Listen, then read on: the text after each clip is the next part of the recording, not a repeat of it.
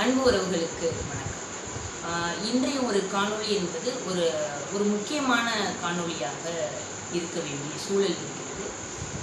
அது என்ன அப்படின்னு பார்த்தோன்னா, நம்ம பெரும்பாலும் சமூக நீதி பேசக்கூடிய, தந்தை பெரியார் அவர்களை பின்பற்றக்கூடிய, ஒரு நல்லதொரு நீதி நூல்களை படிக்கக்கூடிய, மற்றவர்களை மரியாதை கொடுத்து பேசக்கூடிய யாவருமே இந்த சங் பரிவார் கூட்டத்தை பற்றி நன்கு ஆராய்ந்திருக்கிறோம். அப்படிப்பட்ட இந்த சங் பரிவார் கூட்டம் ஆதி காலத்திலிருந்து என்ன செய்தது, இன்னும் மக்களுக்கு அந்த மக்களை இன்னும் நாசகரமான திட்டங்களை கொண்டு வந்து எப்படி காலி செய்வது என்பதை ஒரு நோக்கமாக கொண்டுள்ள இந்த ஒரு தீயதொரு சக்தி தான் இந்த சங்கிகள் கூட்டம், ஆரியர் கூட்டம், இந்த பார்ப்பன கூட்டம். இப்படி ஒரு வார்த்தையை நான் பார்ப்பனர்கள் என்று சொல்லும் பொழுது ஒரு சிலருக்கு கோபம் பொங்கிக் கொண்டு வருகிறது. அந்த ஒரு சிலர் யார் என்று கேட்கும் பொழுது நிறைய பேர் இருக்கிறார்கள் இந்த சங் பரிவார் கூட்டத்தில். அதில் முக்கியமாக ஒரு மக்கள் மன்றத்தில், ஒரு விவாத அரங்கத்தில், ஒரு முக்கியமாக ஒரு கருத்தியலை, ஒருவருக்கொருவர் ஒரு கருத்து பரிமாற்றங்களை, அவர்களுடைய கேள்விகளுக்கு என்ன பதில் கொடுக்க வேண்டும், இவர்களுடைய கேள்விகளுக்கு என்ன பதில் கொடுக்க வேண்டும் என்று ஒரு விவாத அரங்கம் பொது மேடைகளில் ஒரு பொதுமக்கள் இருக்கக்கூடிய இடத்தில் நடந்து கொண்டிருக்கும் பொழுது ஒரு கருத்தியல் ரீதியாக எதிர்கொள்ள தெரியாத ஒரு சங்கிகளினுடைய அடிமை அர்ஜுன் சம்பத், யாரை மோதுகிறோம், யாரை வன்முறையை கையாளுகிறோம், யாரை அடிப்பதற்கு பாய்கிறோம் என்றதெல்லாம் தெரியாமல் ஒரு கேவலத்தனமாக, அயோக்கியத்தனமாக நடந்து கொண்டிருப்பதை திராவிட சித்தாந்தத்தை கொண்டிருக்கிற அனைவரும் நாங்கள் வன்மையாக இதனை கண்டிக்கிறோம். அர்ஜுன் சம்பத்தினுடைய பின்னணி எல்லாம் தெரியாமல் இல்லை. அர்ஜுன் சம்பத் என்பவர் ஒரு எப்படி உங்களுடைய பேச்சு வழக்கில் சொல்ல வேண்டும் என்றால் ஒரு டம்மி பீஸ் தான். நீங்கள் முதல்ல யாரு? பார்ப்பனர் என்று தோழர் மதிவதனி சொல்லும் பொழுது உங்களுக்கு எதற்காக பொங்கி கொண்டு வருகிறது? பார்ப்பனரை பார்ப்பனர் என்று தான் சொல்ல முடியும். ஒரு இடஒதுக்கீட்டை, ஒரு எஸ்சி எஸ்டி, ஒரு பிற்படுத்தப்பட்ட மிகவும் பிற்படுத்த மக்களினுடைய இடஒதுக்கீடுகளை இந்த பார்ப்பன கும்பல்கள் பறிக்கிறார்கள் என்று சொல்லும் பொழுது உங்களுக்கு எதற்காக பொத்து கொண்டு வருகிறது?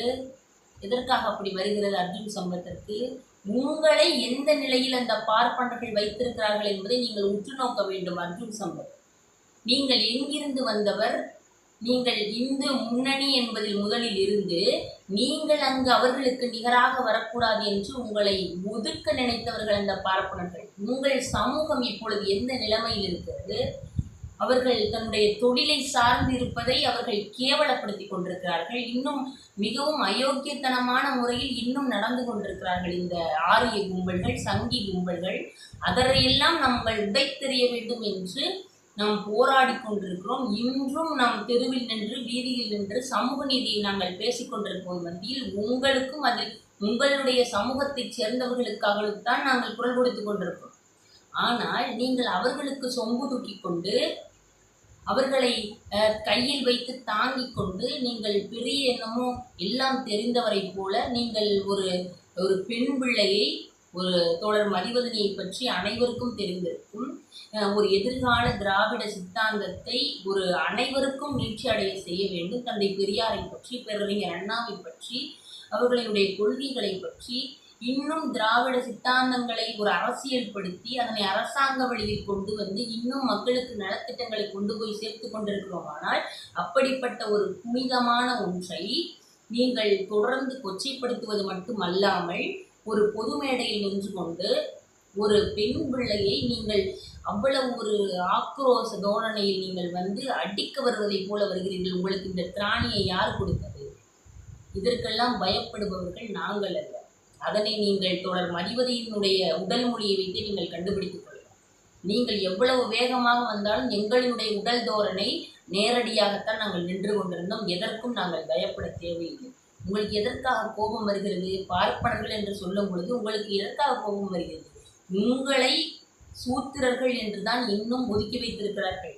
நீங்கள் உங்களுக்கு வீடு கிடைக்கிறது, மகிழ்ந்து கிடைக்கிறது, இன்னும் அவர்களுடைய காலை தாங்கிக் கொண்டு அவர்களுடைய காலினுடைய நீரால் கழுவி கொண்டிருப்பதால் உங்களுக்கு அவர்களுக்கால் சுகபோகங்கள் கிடைப்பதால் நீங்கள் அந்த பார்ப்பனர்களை தூக்கி சுமந்து கொண்டிருக்கிறீர்கள். முதலில் தொடர் மதிவதனி குறித்த அவர்கள் எடுத்து வைத்த கருத்திற்கு உங்களால் அந்த கருத்துக்கு அதனுடைய பதிலை சொல்ல முடிந்ததா? உங்களுக்கு எதுவுமே தெரியாது. உங்களுக்கு நீங்கள் ஒரு இந்த சங்கி கூட்டத்திற்கு, சங் பரிவார் கூட்டத்திற்கு, இந்த ஆரிய கும்பல்களுக்கு ஒரு சோசியல் ஆக்சிடென்ட் இதைத்தான் செய்ய தெரியும். சமூக பதற்றத்தை ஏற்படுத்த வேண்டும். உங்களுக்கு வேற எந்த ஒரு அறிவு சார்ந்த கருத்துகளும் தெரியாது, எந்த ஒரு அறிவு சார்ந்த பதில்களும் சொல்ல தெரியாது, மக்களுக்கு எதை செய்ய வேண்டும், என்ன நல்லது செய்ய வேண்டும், எதுவும் தெரியாது. ஏன் இதை நான் சொல்கிறேன் என்றால், இவர்களுக்கு பொறுத்தமட்டில் இவர்களுடைய நோக்கம் ஒரு சமூக பதற்றத்தை ஏற்படுத்த வேண்டும். அதாவது ஏதாவது ஒரு இடத்தில் ஒரு கழகத்தை ஏற்படுத்தி விட வேண்டும். இதுதான் இவர்களுடைய நோக்கம். இதுதான் இந்த அர்ஜுன் சம்பத்தினுடைய நோக்கம். மற்றபடி அர்ஜுன் சம்பத்திற்கு பின்புலத்தில் சுழியம்தான் இருக்கிறது, வேற எதுவும் கிடையாது. ஒரு முட்டாள்தனமான, ஒரு அயோக்கியத்தனமான, கேவலத்தனமான உங்களுடைய உடல் மொழி. ஒரு பெண் பிள்ளையை அது நின்று கொண்டு ஒரு கருத்தை கேட்கும் பொழுது அதற்கு பதில் சொல்ல வக்கில்லாத நீங்கள் அந்த இடத்தில் இப்படி ஓடி வந்து பாய்ந்து வருவதற்கெல்லாம் அதற்கு பயப்படுகிற ஆட்கள் இந்த திராவிட சித்தாந்தத்தை ஏற்றுக்கொண்டிருக்கின்ற எங்களை போன்ற பிள்ளைகள் எல்லாம் அதற்கு நாங்கள் பயந்து போவர்கள் அல்ல. ஆகவே முதலில் அந்த போன்ற மக்கள் மன்றத்தில் இவரை போன்ற ஒன்றுக்குமே லாய்க்கில்லாத ஆட்களை எல்லாம் இங்கு வந்து உட்கார வைக்க வேண்டாம் என்பதை நாங்கள் ஒரு வேண்டுகோளாகவே நாங்கள் இந்த இடத்தில் வைக்கிறோம். அதுபோல இவரை போல இன்னும் சங்கி கூட்டங்கள், ஒன்றும் தெரியாத கூட்டங்கள் இந்த திராவிட சித்தாந்தத்தை ஏதாவது செய்துவிடலாம், ஏதாவது பேசிவிடலாம் என்று நினைத்தீர்களே, ஆனால் ஒன்றுமில்லாத சுழியமாக போய்விடுவீர்கள் என்பதை நாங்கள் திட்டவட்டமாக தெரியப்படுத்திக் கொள்கிறோம். இத்தோடு நிறுத்தி கொள்ள வேண்டும். இன்னும் இதனை தொடர்ந்து செய்ய வேண்டும் என்றால் நாங்கள் தந்தை பெரியார் அவர்களுடைய கருத்தாயுதத்தை தாங்கள் இருக்கின்றோம். எங்களுக்கு எப்படி கருத்தியல் ரீதியாக மோத முடியும் என்பதை நாங்கள் எங்களினுடைய வழிவந்த, எங்களினுடைய வழிகாட்டியான தலைவர்களின் மூலம் அறிந்து படித்திருந்திருக்கிறோம். உங்களை ஒன்றுமில்லாமல் செய்வதற்கு ஒரு அளவு போதாது. ஆகவே இத்தோடு நிறுத்திக் கொள்ள